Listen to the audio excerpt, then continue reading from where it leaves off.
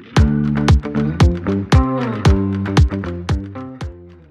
everybody, Scott DiGregorio, your mortgage guy, continuing on with the series on building your real estate investment portfolio. And man, today I'm going to talk about the 5 biggest mistakes new and seasoned investors make. So look, you got to understand that buying investment properties is a mathematical equation. And the first mistake I see people make is you have to know the numbers of your market. So what is the average sales price to asking price ratio? What is the average rental in there? What is the vacancy rate?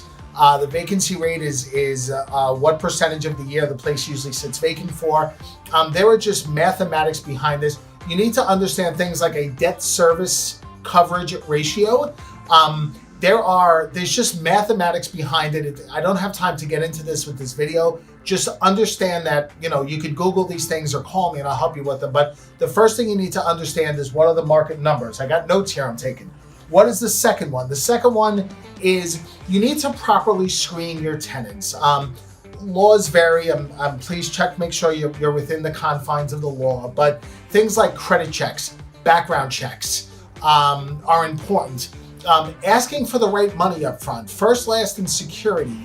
Generally speaking, you will have fewer problems with tenants if they are putting up first, last, and security on the front end versus just first month. So properly screening your tenants is the second mistake I see a lot of people make.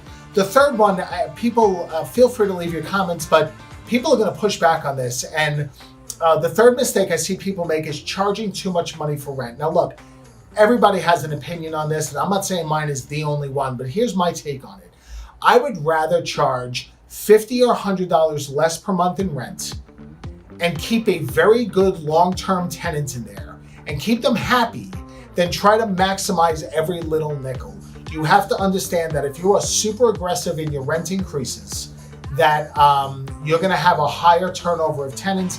In between tenants, there's always expenses that go into it, not to mention time, aggravation, and loss of rent. So please understand the balance. You don't want to give it away, but you don't necessarily want to charge absolute top dollar at all times. If in any business decision or relationship, if both people are winning, it's a better long-term decision. The fourth thing is going to be setting up a proper lease, right? So make sure when your lease is drawn up, and I do recommend you contact an attorney. I know a lot of people that download a residential lease off of the internet.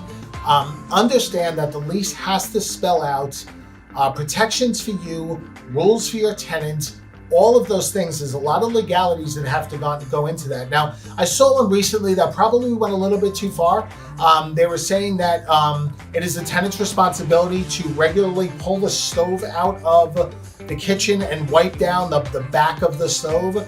Maybe that's a little too much. So make sure you put rules in there that are reasonable. But look, having a properly drawn up lease that provides you with all of the protections necessary is another important step. So to recap so far, the first mistake is knowing the numbers of the market. The second one is properly screening tenants. The third one is charging too much for rent. The fourth one is not having a proper lease. And the fifth mistake I see people make is not buying based on the math. Your personal opinion doesn't mean crap, okay?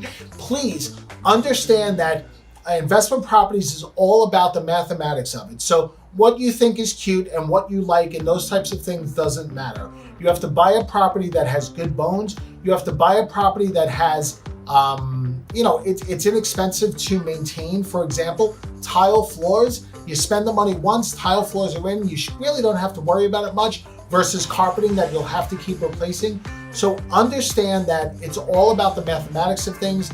Run the numbers, run the numbers, run the numbers. Look, those are the 5 biggest mistakes real estate investors make, both seasoned and new, and hopefully this helps. If you want to start building up your real estate investment portfolio, reach out to me. I'm here to help. I'm Scott DiGregorio, your mortgage guy. I'll see you at the next one. Take care.